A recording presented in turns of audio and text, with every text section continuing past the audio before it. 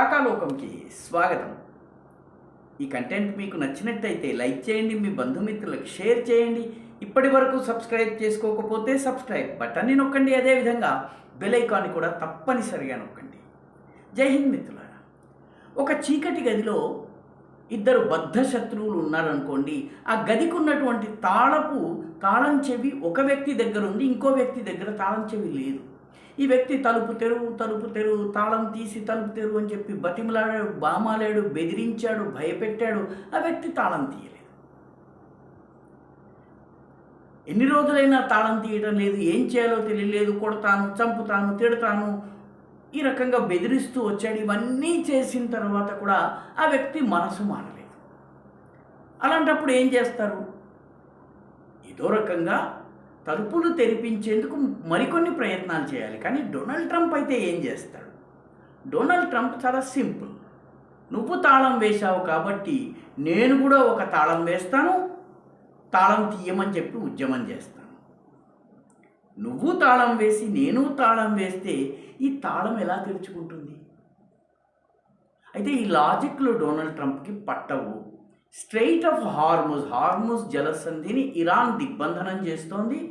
Iran తనకు నచ్చని వాళ్ళ సరుకు రవాణా కానీ, చమురు రవాణా కానీ, ఇంధన సరఫరా చేసేటటువంటి ఎల్ఎన్జీ మిగతా వాటి సరఫరా చేసే వాటిని అడ్డుకుంటోంది, లేదా కొంత సెస్ని వసూలు చేసి వదిలిపెడుతోంది. కొన్ని మిత్ర దేశాలకి ఎలాంటి డబ్బులు తీసుకోకుండా, అందులో భారత్ కూడా ఉంది, పంపిస్తోంది. ఈ స్ట్రెయిట్ ఆఫ్ హార్ముజ్ని తెరిపించేందుకు చాలా ప్రయత్నాలు చేసినటువంటి డొనాల్డ్ ట్రంప్ ఇస్లామాబాద్లో ఏకంగా ఏప్రిల్ 11, 12లో చర్చలు జరిపి ఇంత చేసిన తర్వాత ఏకంగా ఉపరాష్ట్రపతి జేడి వ్యాన్స్ని పంపించి ఇంత చేసిన తర్వాత డొనాల్డ్ ట్రంప్ మాత్రమే చేయగలిగే పని ఏంటంటే స్ట్రెయిట్ ఆఫ్ హార్ముజ్ని నేను కూడా దిగ్బంధనం చేస్తాను. ఇప్పుడు అమెరికా కూడా స్ట్రెయిట్ ఆఫ్ హార్ముజ్ని దిగ్బంధనం చేస్తోంది. ఎలాంటి పడవల్ని వెళ్ళనివ్వము అని చెప్పారు. అయితే ట్రంప్ చేసినటువంటి ఈ పనిని అమెరికన్ మిలిటరీ నుంచే దానికి కొంత వ్యతిరేకత ఉందా అన్నటువంటి అనుమానాలు వస్తున్నాయి. ఎందుకంటే ట్రంప్ ఏ పడవని దాటి వెళ్ళనివ్వము, ఏ దేశానికి చెందిందైనా వాళ్ళు ఫ్లాగ్ ఆఫ్ కన్వీనియన్స్ అంటే వేరే దేశపు జెండాలు పెట్టుకుని వెళ్తుంటారు కొన్ని సందర్భాల్లో, దాన్ని కూడా ఉపయోగించడానికి అంగీకరించము, ఎవరిని వెళ్ళనియము, మేము పూర్తి దిగ్బంధనం చేస్తామని చెప్పినటువంటి డొనాల్డ్ ట్రంప్ మాటకి పూర్తి భిన్నంగా అమెరికన్ ఆర్మీ నుంచి స్టేట్మెంట్ వచ్చింది. వాళ్ళు అంటున్నది ఏంటంటే ఇరాన్లోని రేవుల నుంచి బయలుదేరే పడవలకు మాత్రమే ఈ దిగ్బంధనం వర్తిస్తుంది, అమెరికన్ దిగ్బంధనం వర్తిస్తుంది. యుఏఈ కావచ్చు, మిగతా దేశాలు, ఒమాన్ కావచ్చు, ఖతర్ కావచ్చు, వీటికి వర్తించదు అని చెప్పారు. అంటే ట్రంప్ చెప్పిన మాటని ఆయన సైన్యమే పూర్తిగా అంగీకరించటం లేదు. అంటే ఎక్కడో డొనాల్డ్ ట్రంప్ ఒంటరివాడయ్యాడు. ఆయన వ్యూహాలను అమెరికాలోనే నెమ్మదిగా వ్యతిరేకించేటటువంటి ధోరణి మొదలైంది.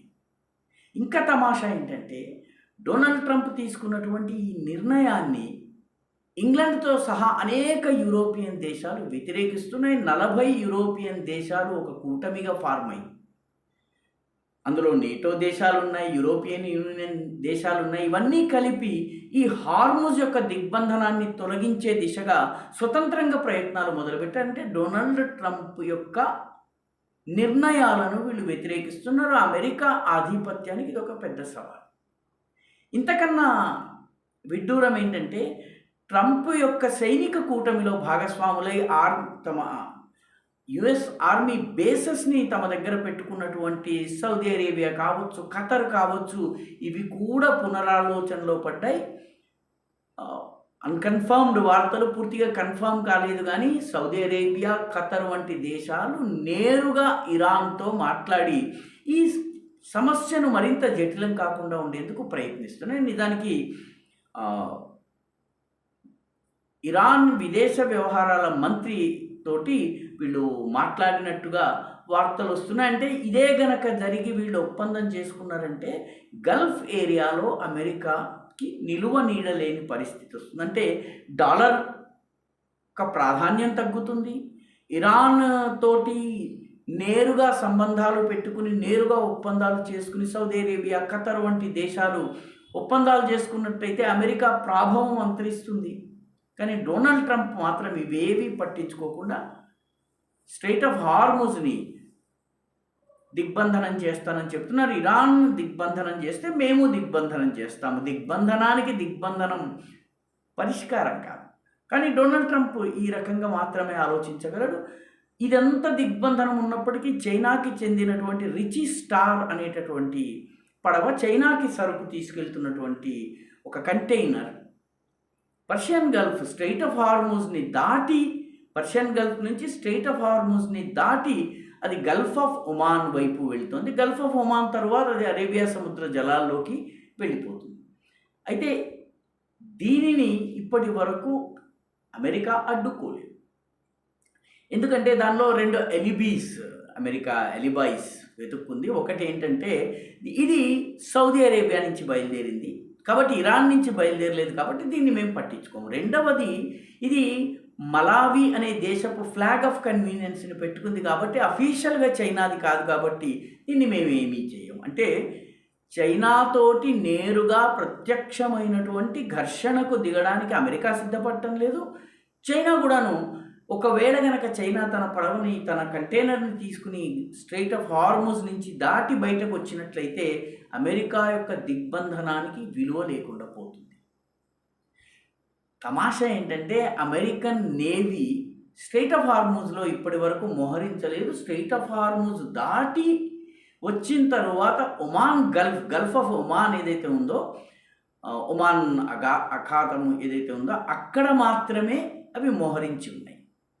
అయితే చైనా ఈ మొత్తం ఈ గల్ఫ్ ఆఫ్ ఒమాన్ని దాటి ఏ రకంగా వస్తుంది, దాని వెంట చైనీస్ నేవీ ఏదన్నా వెంట వస్తుందా, జిబూటీలో ఉన్నటువంటి చైనీస్ నేవల్ వెసల్స్ దీనికి కాపలా కాస్తూ వస్తాయా? అదే గనక జరిగినట్టయితే అమెరికాకి చైనాకి ఘర్షణ జరిగితే యుద్ధం యొక్క పరిధి విస్తరిస్తుందా? అనేక ప్రశ్నలు ఉన్నాయి.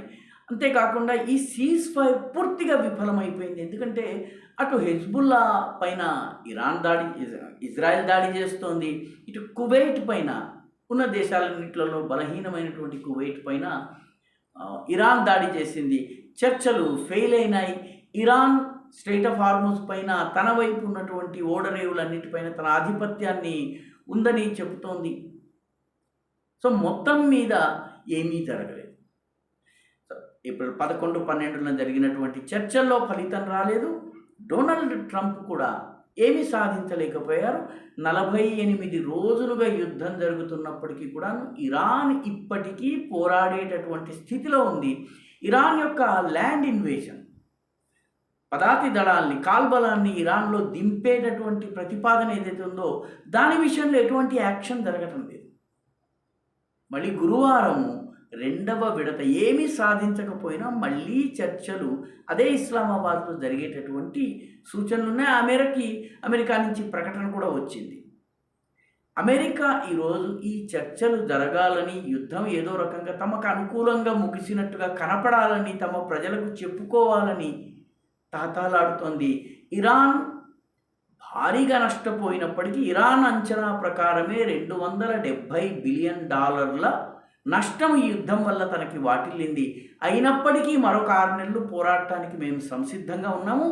ల్యాండ్ ఆర్మీ గనక, అమెరికన్ ల్యాండ్ ఆర్మీ గనక మా నేలలో అడుగు పెడితే ఏళ్ల తరబడి పోరాటం చేస్తామని చెప్పి ఇరాన్ స్పష్టం చేసింది. మొత్తం మీద ఇరాన్ని కార్నర్ చేసే ప్రయత్నంలో డొనాల్డ్ ట్రంప్ ఒంటరివాడవుతున్నట్టుగా కనిపిస్తోంది.